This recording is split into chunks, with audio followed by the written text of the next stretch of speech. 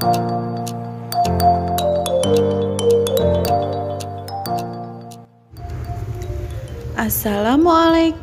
warahmatullahi wabarakatuh. Halo anak-anak hebat, anak soleh dan solehah kelas 5. Hari ini berjumpa kembali dengan Bu Lia. Kita lanjutkan untuk pembelajaran minggu kemarin ya. Sekarang kita akan belajar tema 1, subtema 3 untuk pembelajaran 1. Silahkan disiapkan buku paket, buku LKS dan juga buku tulisnya. Sebelum mulai pembelajaran, jangan lupa ucapkan basmalah terlebih dahulu ya. 1, 2, 3. Bismillahirrahmanirrahim. Nah, alhamdulillah, semoga dengan bacaan basmalah tadi membuat kegiatan belajar kita hari ini dapat berjalan dengan lancar. Amin, Allahumma amin. Hari ini kompetensi dasarnya terdiri dari IPA dan Bahasa Indonesia ya. Nah, apa itu ide pokok? Di pembelajaran kemarin kita sudah mengetahui, kita sudah belajar tentang ide pokok. Sekarang kita bahas lagi, kita ingat lagi, apa sih itu ide pokok? Nah, ide pokok adalah ide atau gagasan yang menjadi dasar pengembangan sebuah paragraf. Ide pokok dapat disebut juga sebagai pikiran utama, gagasan utama, pikiran pokok, dan gagasan pokok. Nah, itu kata lain dari ide pokok. Kemudian ide pokok itu dapat kita temukan di awal paragraf, di tengah paragraf, atau di akhir paragraf.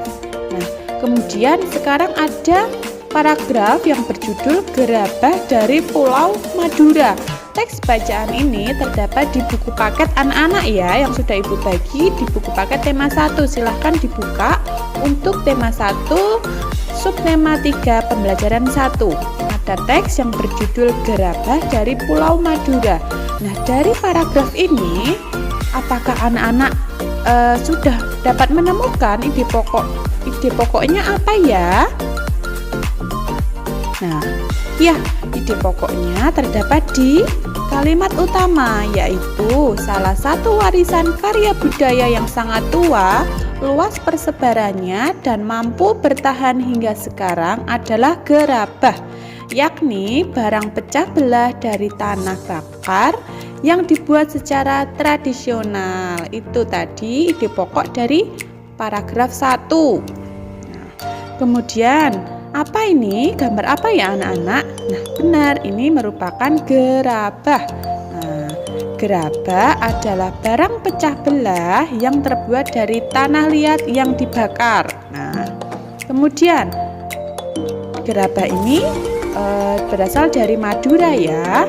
Nah, manfaat atau fungsinya gerabah untuk apa? Sebagai alat upacara keagamaan, misalnya kendi itu digunakan untuk air suci dan sebagainya. Kemudian untuk peralatan rumah tangga. Kemudian ada juga hiasan taman seperti guci dan sebagainya. Nah, kemudian apa sih alat yang digunakan untuk membuat gerabah?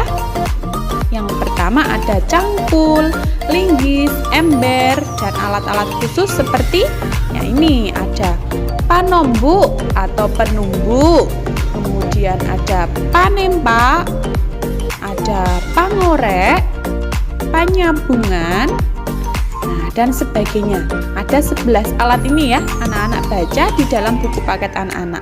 Kemudian proses pembuatannya terdiri dari berapa langkah? Yaitu ada 8 langkah. Yang pertama, siapkan bahan berupa tanah liatnya. Kemudian mengaduk tanah liat dengan dicampur air. Setelah jadi adonan, diambil perbongkahan untuk dibuat bentuk kasar. Kemudian dengan menggunakan kain, pangelet, bibir atau pinggiran bongkahan dibentuk sehingga bulat melingkar.